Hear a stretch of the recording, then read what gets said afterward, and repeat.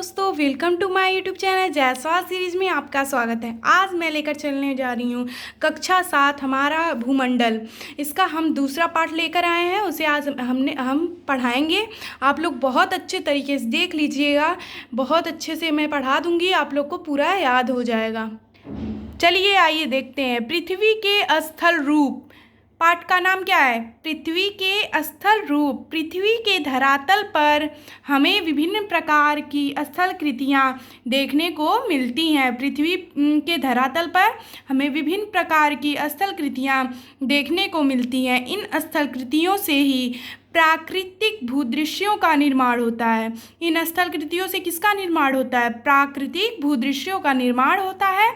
धरातल पर उच्चावच के आधार पर इन स्थलाकृतियों को 3 श्रेणी में बांटा जाता है।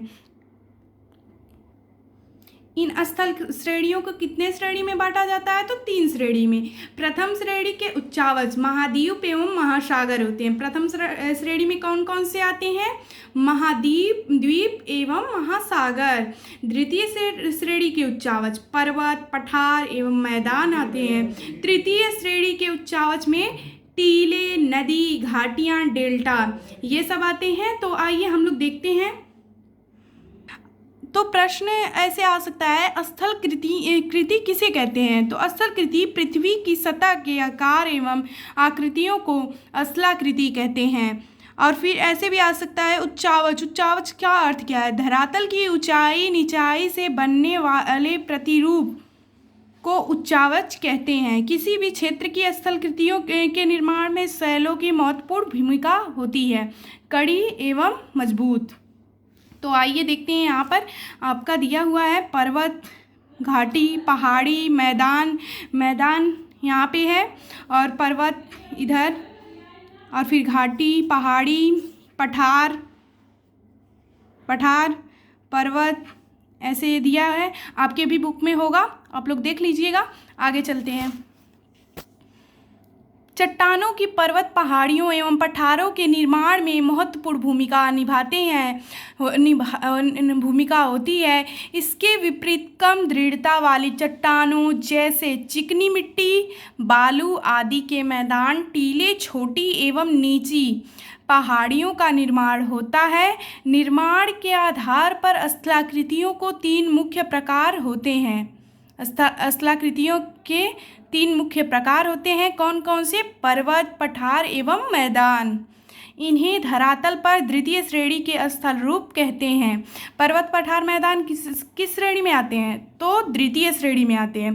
पर्वत एवं पहाड़ी सामान्यतः आसपास के धरातल से ऊंची स्थलाकृतियों को पर्वत तथा उससे कम ऊंची स्थलाकृतियों को पहाड़ी कहते हैं।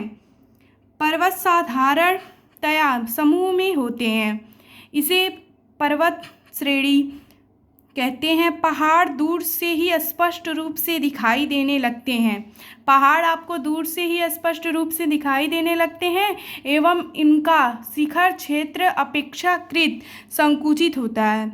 उत्पत्ति के अनुसार पर्वत मुख्यतः 3 प्रकार के होते हैं। पर्वत कितने प्रकार के होते हैं? 3 प्रकार के पर्वत होते हैं। वलित या मोड़दार पर्वत। तो वलित या मोड़दार पर्वत किसे कहते हैं? तो आइए देखते हैं।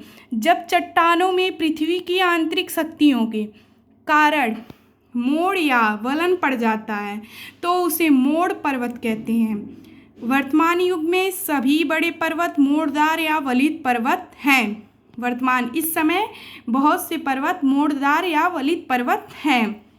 ये लगभग सभी महाद्वीपों में पाए जाते हैं।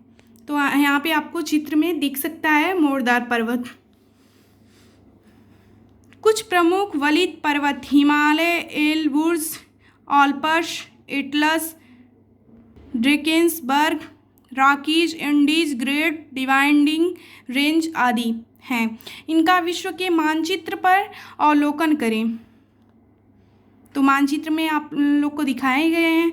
तो आइए दूसरा पर्वत कौन सा है? खंड या भ्रंश पर्वत। विशालकाय चट्टानी खंडों में भ्रंश या दरार पड़ने से इनका निर्माण होता है। चट्टानों के भ्रंशित होकर ऊपर उठने या नीचे धंसने से भ्रंश पर्वत अस्तित्व में आते हैं। भ्रंश पर्वत के निकट बनी घाटी भ्रंश घाटी कहलाती है। भ्रंश पर्वत के निकट बनी घाटी को भ्रंश घाटी कहते हैं। भारत में नर्मदा नदी विंध्य एवं सतपूर्णा पर्वतों के मध्य भ्रंश घाटी में बहती है।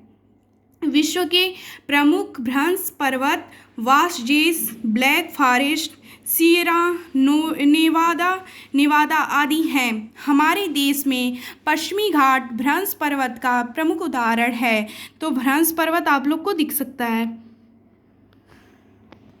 आइए हम पर्वत नंबर 3 को देखते हैं। तो तीसरा पर्वत कौन सा है? ज्वालामुखी पर्वत। ज्वालामुखी पर्वत पर एक मुख या खुला द्वार होता है। इसे रास्ते से मैग्मा या लावा पृथ्वी के धरातल पर आता है। द्वार या मुख से गर्म लावा बाहर आने के कारण इसे ज्वालामुखी कहते हैं। इस द्वार के चारों ओर लावा एकत्र होने से शंकु के आकार की आकृति बनती है। इसे ज्वालामुखी पर्वत कहते हैं। विश्व के कुछ प्रमुख ज्वालामुखी पर्वत मोना लोआ, चिम्बोराजो, क्राकाटोआ, विसुवियस, पिलियन आदि हैं। अपने शिक्षक की सहायता से इनका मानचित्र पर अवलोकन करें। भारत का एकमात्र सक्रिय ज्वालामुखी अंडमान और निकोबार द्वीप समूह के बैरन द्वीप पर है। तो आइए आप लोग देख सकते हैं ज्वालामुखी पर्वत। तो आगे चलते हैं। पठार पृथ्वी पर अपेक्षाकृत ऊंचे एवं चौरस स्थल रूप पठार कहलाते हैं। पृथ्वी पर ऊंचे एवं चौरस स्थल रूप पठार कहलाते हैं। ये पर्वतों की अपेक्षा कम ऊंचे होते हैं।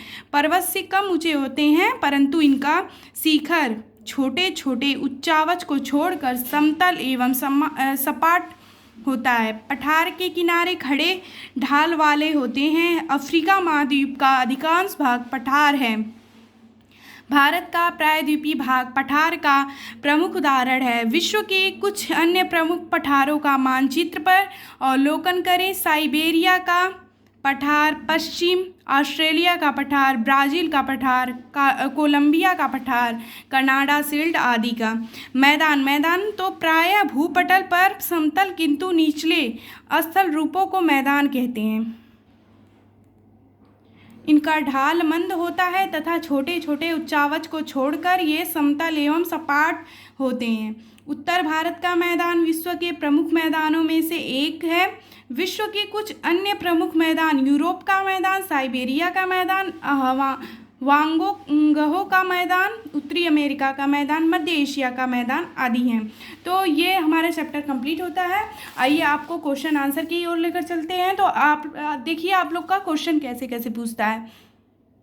तो दिया है वलित पर्वत से आप क्या समझते हैं? विश्व के किन्हीं 3 वलित पर्वतों के नाम बताइए। तो वलित पर्वत के बारे में आप लोग को मैं बता दी हूँ। आप लोग अपने बुक से देख लीजिएगा कि मैं कितना अच्छे से बता दी हूँ। ज्वालामुखी किसे कहते हैं? तो ज्वालामुखी के बारे में भी मैं आप लोग को बता दी हूँ। ज्वालामुखी पर्वत कैसे बनते हैं इसके बारे में भी मैंने जानकारी दे दी है। पठार किसे कहते हैं? ये मैदानों से किस प्रकार भिन्न है? महाद्वीप और महासागर किस श्रेणी के उच्चावच हैं? तो ये सब भी मैं आप लोग को बता दी हूँ। पर्वत, पठार एवं मैदान पृथ्वी पर श्रेणी से के उच्चावच है। इसमें भर लीजिएगा आप लोग, ठीक है। ऐसे ही क्वेश्चन पूछते हैं। आप लोग को ये वीडियो पसंद आए तो मेरे चैनल को सब्सक्राइब करें और मेरे इस वीडियो पे लाइक दें कि आप तक और ऐसे ही आगे वीडियो पहुंच सके। धन्यवाद।